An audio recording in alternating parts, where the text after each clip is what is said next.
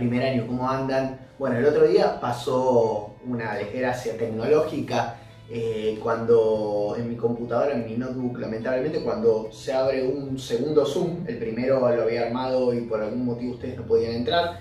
Cuando armás un segundo Zoom, el segundo empieza a tener problemas de se congela la imagen, funciona mal el audio, bueno, y eso fue lo que pasó efectivamente, faltando 5 minutos el otro día, y lamentablemente tuvimos que cortar, o por lo menos yo tuve que cortarlo abruptamente, traté de ponerlo con el celular, pero no funciona, así que, bueno, les pido disculpas por eso. Vamos a continuar la lectura. En este caso yo voy a seguir desde, en el mío es página 14, que habíamos quedado luego de la explicación de Braganza, ¿no? Que Juan iba a trabajar para este hombre llamado Braganza, que era muy importante en el mundo de la arqueología. Voy a partir desde ahí. La oración inicial es el sitio de la excavación, o sea, está debajo de uno de los diamantitos o no sé qué forma de separación tienen ustedes entre párrafos y párrafos, ¿sí? Váyanse preparando también porque en próximas clases vamos a empezar con temas sustantivos que están en el manual, así que vamos a echar un poquito de lo que está en el manual y un poquito de la novela, así vamos a ir trabajando. Y voy a seguir leyendo desde ahí entonces. El sitio de la excavación se encontraba en una manzana cercana a la Plaza de Orrego. Hacía algunos meses un incendio había destruido varios edificios abandonados y la falta de apuntalamiento en las medianeras remanentes había provocado luego el derrumbe de las construcciones vecinas. El enorme baldío, ahora libre de escombros, ofrecía una oportunidad excepcional para la exploración arqueológica, ya que estaba ubicado en pleno casco histórico de la ciudad, una zona que por la densidad de su edificación rara vez permitía este tipo de investigaciones. Es lo que habíamos hablado, ¿no? Lugares llenos de edificios, llenos de comercio, de repente donde era muy difícil investigar. Bueno, acá habían conseguido un permiso para investigar en una parte de la parte del casco de la ciudad donde estaba libre, ¿no? Que se podía investigar. Llegué poco después del mediodía, Braganza no estaba, pero me recibió su adjunto, se llamaba Germán Ramos. Era un profesor de la facultad y aunque había cursado con él un par de materias, me costó reconocerlo. Tenía el rostro cubierto de polvo y parecía preocupado. No tuve tiempo para averiguarlo. Antes presenté mis papeles y fui incorporado al equipo, prácticamente sin cruzar palabras. Mi actividad inicial, una actividad que en otro caso hubiese juzgado insufrible, me resultó allí apasionante. Debía ocuparme de la zaranda, una especie de colador circular, y mi tarea consistía en filtrar toda la tierra que los expertos extraían para detectar los objetos pequeños que hubiesen podido quedar retenidos en ella.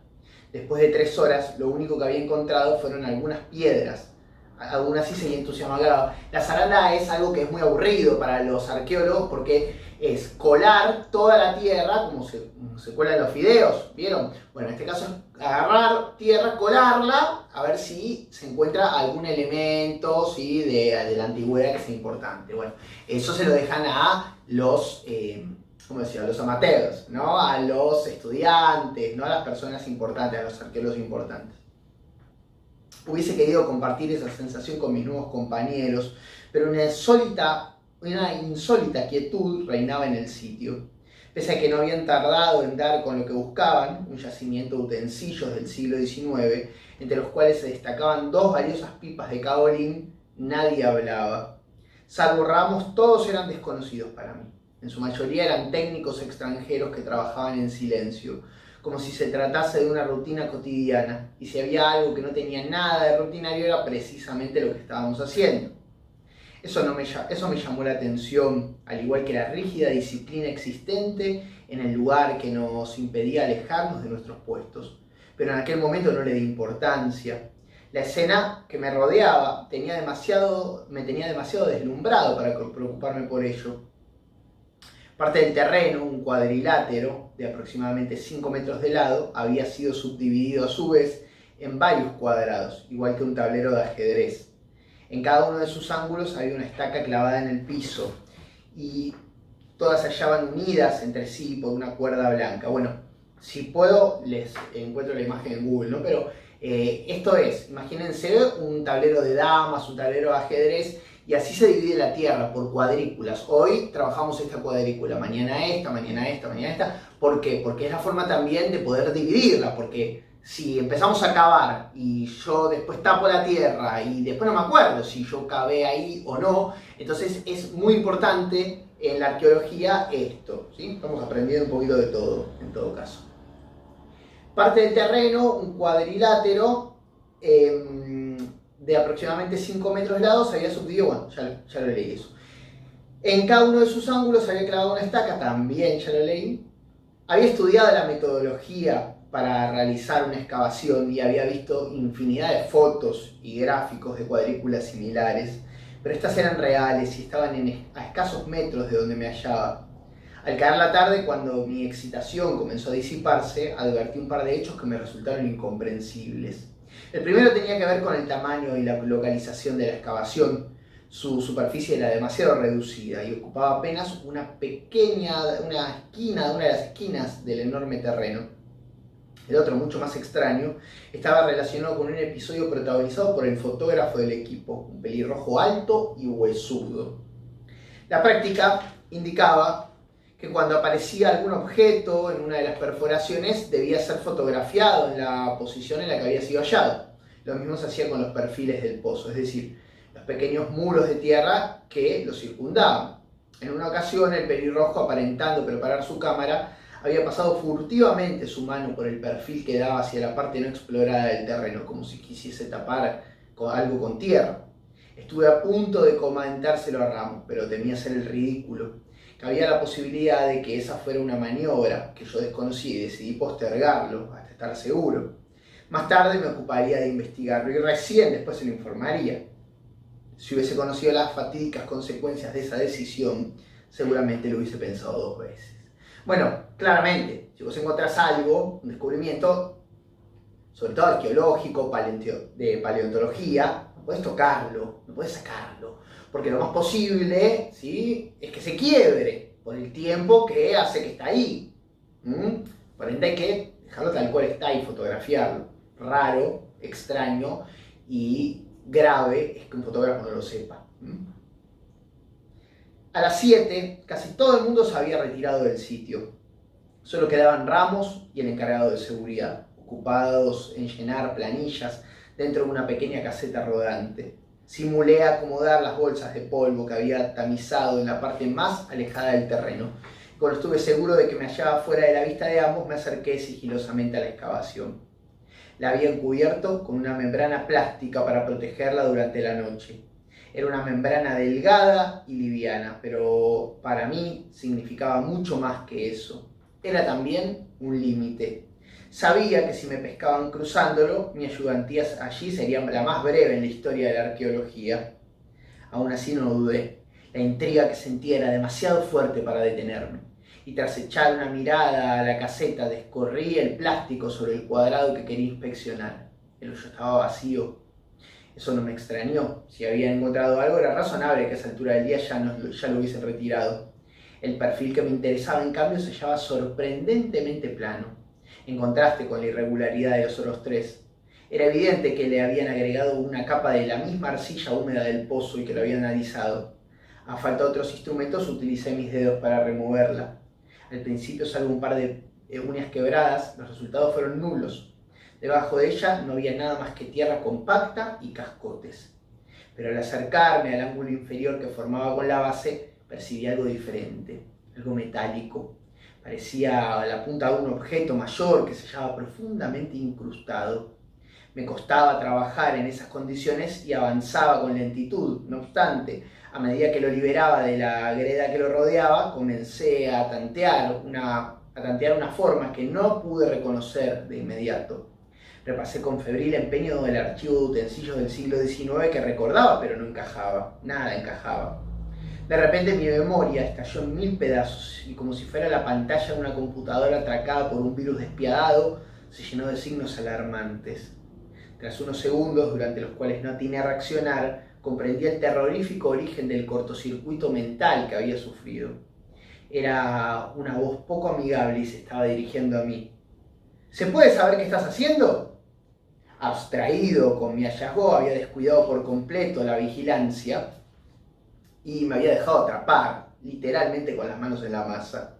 Traté de imaginar alguna respuesta que justificase mi presencia allí, pero fue inútil. Germán Ramos me estaba mirando con ojos con ojos de referí aplicando tarjeta roja y no pude pronunciar ni una sílaba. Hay veces en que las palabras solo salen cuando hay una idea atrás, y yo no tenía ninguna. Resolví confesar la verdad. Después de todo, ya estaba jugado y le describí la sospechosa maniobra del fotógrafo que me había inducido a actuar sin consultarlo. La actitud de Germán se suavizó. Está bien, dijo, veamos. Aliviado, aproveché para confiarle mis dudas acerca de la extraña localización de la excavación, pero su explicación en ese sentido fue clara. Los sondeos previos realizados por la fundación que financiaba el proyecto había demostrado que, durante los siglos, el resto del terreno había sido un pantano y que sería inútil investigarlo, ya que en ese lugar no podía haber existido actividad humana. ¿Un pantano aquí?, pregunté sorprendido. Sí, aparentemente es un dato poco conocido, admitió. Germán tenía una pequeña linterna y dirigió el cono de luz hacia el objeto. Luego de observarlo durante unos segundos, su rostro se transfiguró. No puede ser, balbuceó atónito. Por Dios, esto es extraordinario, es una... ¿Qué?, pregunté sin poder contenerme. Germán estaba tan extasiado que parecía haberse quedado mudo. ¿Una qué?, insistí, pero nunca completó la frase. Un grito inesperado que provenía de la caseta lo despertó de ese verdadero delirio místico. Doctor, ¿qué hace? Ya tendría que haberse ido. Era el sereno, y a partir de ese instante todo sucedió tan precipitadamente que perdí la noción del tiempo. Yo estaba agachado en la parte más profunda del pozo e intenté levantar la cabeza al escucharlo, pero Germán me lo impidió con un enérgico movimiento de su mano que terminó estampando mi cara contra el piso. «Quédate quieto», me susurró, y enseguida le contestó al otro. «Sí, ya voy». Recién entonces alivió la presión de su brazo y conseguí incorporarme.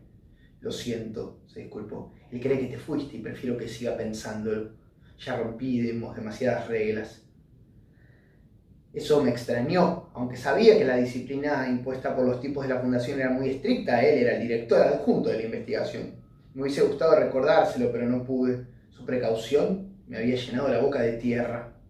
No había logrado quitármela cuando descubrí que Germán, que había vuelto a cubrir la excavación con el plástico, corría hacia la salida. En su apuro dejó caer algo. Era su agenda electrónica. Ahí tienen lo que es una agenda electrónica, porque ustedes seguramente no conocen. Son muy chicos para eso. Quise advertírselo y sobre todo volver a preguntarle de qué se trataba el objeto que había encontrado, pero las palabras se atropellaron con mi lengua, que recubierta aún de barro se resistió caprichosamente a darme el gusto. Solo me salió un ronquido gutural que él, por supuesto, no entendió. Sí, mañana, respondió en medio de su carrera. Mañana lo vamos a anunciar. Hice un nuevo intento, pero fue en vano. Germán ya estaba cerrando la pequeña puerta de la caseta para facilitar mi huida. Salí de ahí igual que un ladrón después de una incursión exitosa, aunque no había robado nada, ni sabía cuál era el botín. Pero eso sí, sabía que era extraordinario y que lo anunciaríamos al día siguiente. Resolví regresar a casa caminando. Tenía las piernas entumecidas por el trabajo en el pozo y necesitaba el ejercicio. Hay momentos del anochecer en que la belleza de Buenos Aires adquiere la misma tonalidad seductora que los párpados entrecerrados de una mujer enamorada.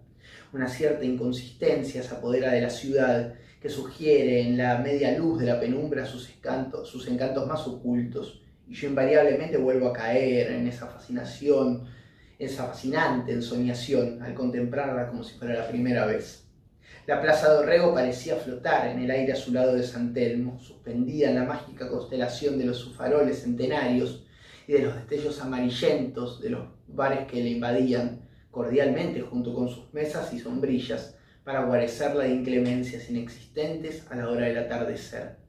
Nada perturbaba la venerable serenidad del barrio, a pesar de los inquietantes rumores que anunciaban otra invasión menos cordial.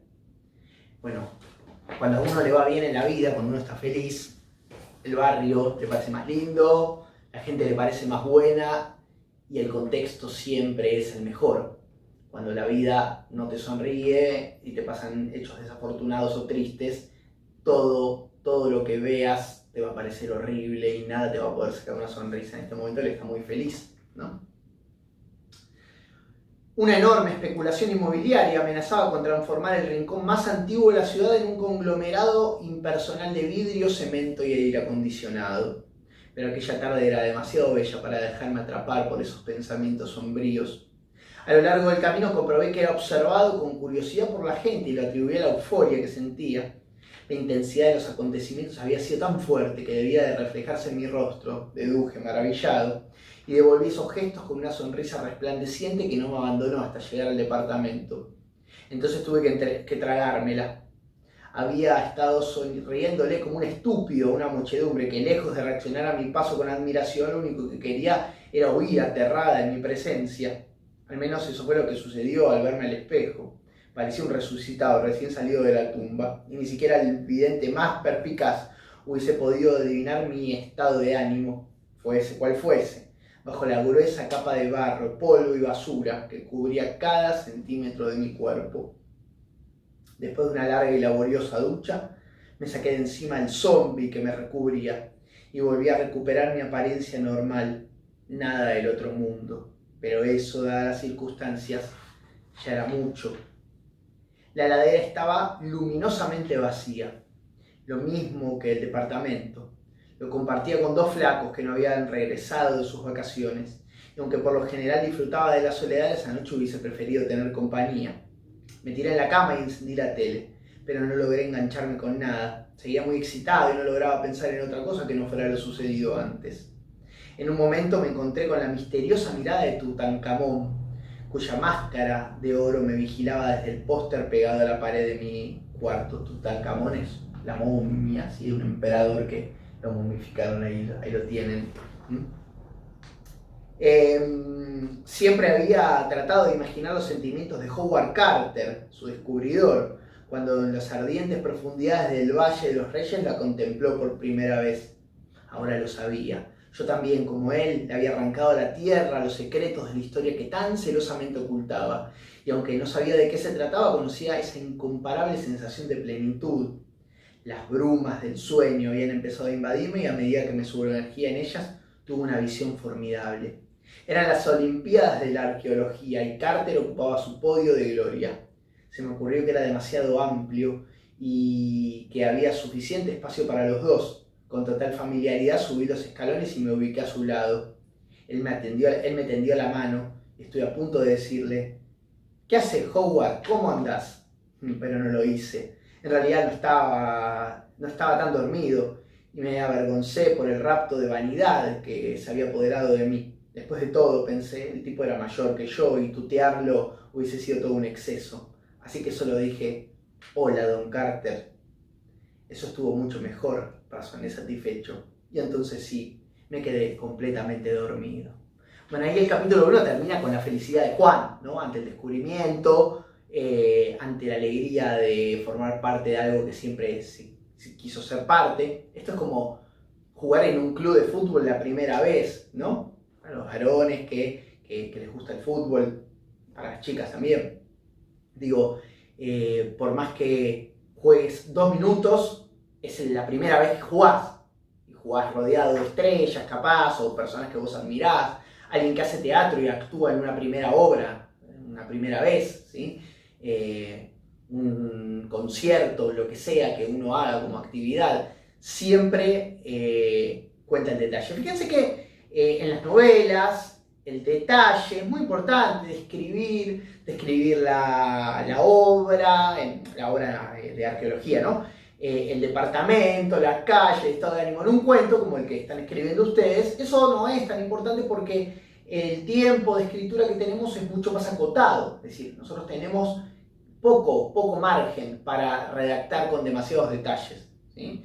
Son más importantes los hechos que las descripciones. En la novela, tanto las descripciones como los hechos son importantes. Sí, hay mucho tiempo y nos dan libertades los márgenes de la novela para poder redactar todo lo que querramos, ¿sí?